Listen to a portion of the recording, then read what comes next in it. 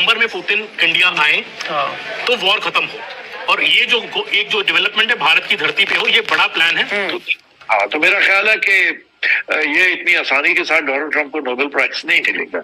इस वक्त की बड़ी खबर आपको बता दें, फ्रांस के राष्ट्रपति एमल मैक्रोन ने प्रधानमंत्री नरेंद्र मोदी को फोन किया और दोनों के बीच एक अच्छी सार्थक बातचीत हुई। प्रधानमंत्री मोदी ने सोशल मीडिया पर पोस्ट किया कि राष्ट्रपति मैक्रोन के साथ रूस यूक्रेन जंग के समाधान पर बात हुई। पुतिन से बात हो चुकी है उनकी। ब्रिक्स के अंदर उनके जो सबसे इम्पोर्टेंट पार्टनर है वो पुतिन है। पुतिन से 45 मिनट बात हो गई और उससे ऊपर जरूरी नहीं है ना। वहां पे भी एक तरह से बता दिया है कि भारत के लिए कौन इम्पोर्टेंट। प्रधानमंत्री नरेंद्र मोदी को यूरोपियन यूनियन की प्रेसिडेंट ने फोन किया और उन्हें जंग रुकवाने की उनसे गुजारिश की गई है। आज आईएसआई की एक और गलीज तरीन हरकत और उसके सबूत लेकर हाजिर हुआ। जी हाँ, ट्रम्प कॉल कर रहे थे और 4 या 5 बार कॉल की गई और उन्होंने अटेंड नहीं की। तो डेफिनेटली इंडिया एक तरीके से शायद ये इशारा दे रहा है अमेरिका को कि हम आपके कहने से काम नहीं करेंगे।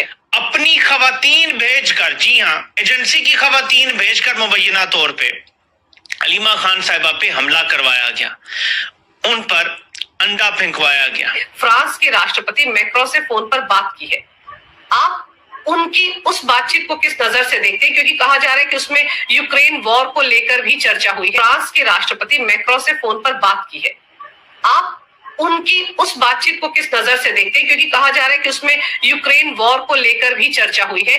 पीएम मोदी ने इस पर ट्वीट भी किया था।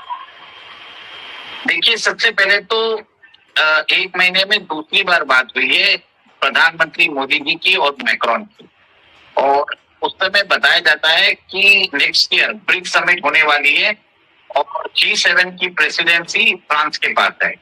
ब्रिक्स की जो समिट है वो भारत की अध्यक्षता में होने वाली है।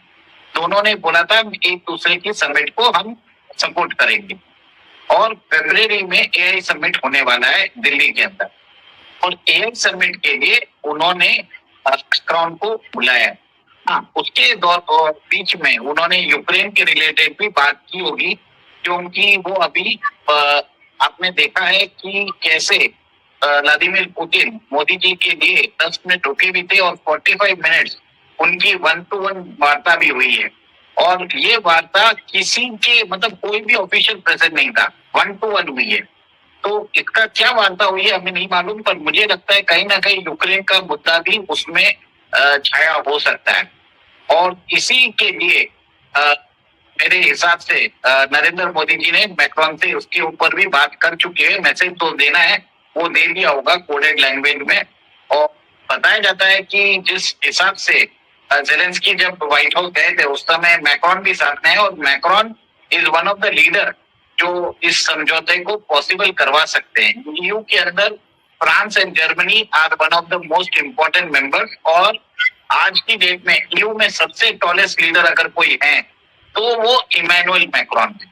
ये चीज बहुत इंपॉर्टेंट होती है। और सेकेंड बात ये है कि भारत के प्रधानमंत्री जो ब्राजील ने कॉल की है वर्चुअल समिट जो सितंबर 8 मंडे को होने वाली है, उसमें जयशंकर साहब जा रहे हैं। जयशंकर साहब यूनाइटेड नेशन जनरल असेंबली की मीट में भी वही इंडिया को रिप्रेजेंट करेंगे। देखिए, इसमें इंडिया एक स्ट्रेटेजिक मैसेज भेज रहा है कि ना तो हम ब्रिक्स के अंदर साथ में है, ना हम अमेरिका के अंदर भी हम किसी के वॉर में पड़ना नहीं चाहते। क्योंकि जो वो समिट के बाद जो विक्ट्री परेड हुई है, विक्ट्री परेड में एक तरह से चाइना ने अपनी वेपनरी सबको दिखाया है, अपना जो हार्ड पावर है वो दिखाया है, और 25 से 26 देशों के जो राष्ट्र अध्यक्ष उधर थे, इससे एक तरह से चाइना ने अमेरिका को डायरेक्ट चैलेंज किया। उसमें रशिया भी था, उसमें ईरान भी था, उसमें नॉर्थ कोरिया भी है। नॉर्थ कोरिया के जो राष्ट्रपति हैं किम, वो कभी बाहर नहीं जाते। इस मल्टीलैटरल समिट के लिए फर्स्ट टाइम आए थे।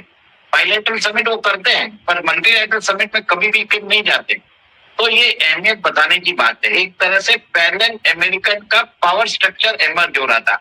जो लोग बोलते हैं कि ब्रिक्स और स्को जो है वो एक तरह से इमर्ज है, मेरे ख्याल से कहीं ना कहीं इंडिया ब्रिक्स और स्को में बैलेंसिंग कर रहा है as a bridge between global east and global west. ये बात डेमोन्स्ट्रेट हो गई है, और इसी के लिए एक तरह से एंग्विश में आके उन्होंने बोला है ट्रम्प ने कि we have lost India to darkest forces China. अब उसके बाद लुटनिक ने एक बयान दिया कि Bharat will come at the table begging, और हम उसके बाद देखेंगे कि हमें जैसी डील करनी है हम वैसा चाहेंगे।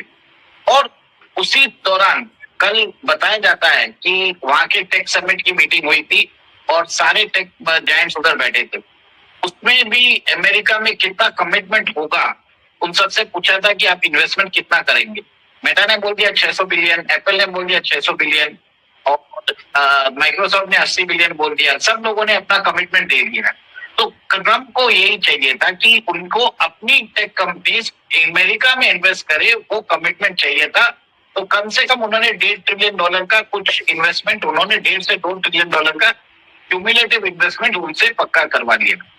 कल रात को ये भी बात आ रही थी कि टैरिफ के ऊपर जो सर्विसेज है, आईटी सर्विसेज, उसके ऊपर भी टैरिफ लगा सकते हैं, बट एक तरह से वो फेक न्यूज निकली है।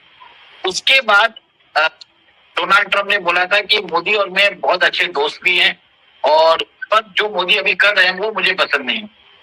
तो प्रधानमंत्री मोदी जी ने भी एक तरह से बोलते हैं रिस्पॉन्ड किया है कि हमारे और आपके रिलेशनशिप अच्छे हैं। देखिए, मेरा ये मानना है कि कहीं ना कहीं क्वाड लेवल जो टॉक्स है, जो एक तरह से खटाई में गिर गई थी, उसको शायद रिवाइव किया जाए। अब अमेरिका क्वाड को रिवाइव करना चाहेगा, और जिस हिसाब से डायरेक्ट चैलेंज दिया है अमेरिका को, अब उसके अमेरिका की नाक की सवाल की बात हो गई। अब चाइना को उसको मजा चकाना ही पड़ेगा। ये बात मुझे लग रहा है, ये मेरा लग रहा है कि क्वाड को रिवाइव किया जा सकता है। उसकी कंसल्टेशन मीटिंग्स या क्या, तो मतलब एक तरह से चारों राष्ट्रीय अध्यक्षों को कौन से डेट पे बुलाया जा सकता है।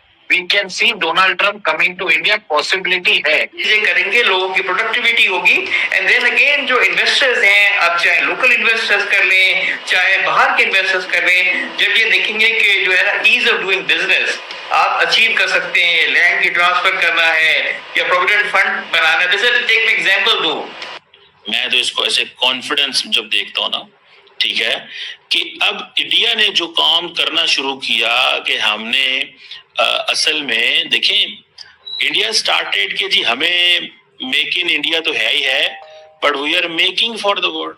और इंडिया सारे का सारा किस पे बैंक कर रहा है? On India's youth. अब बहुत सारे लोगों को नहीं पता ये मेक इन इंडिया इनिशिएटिव क्या है।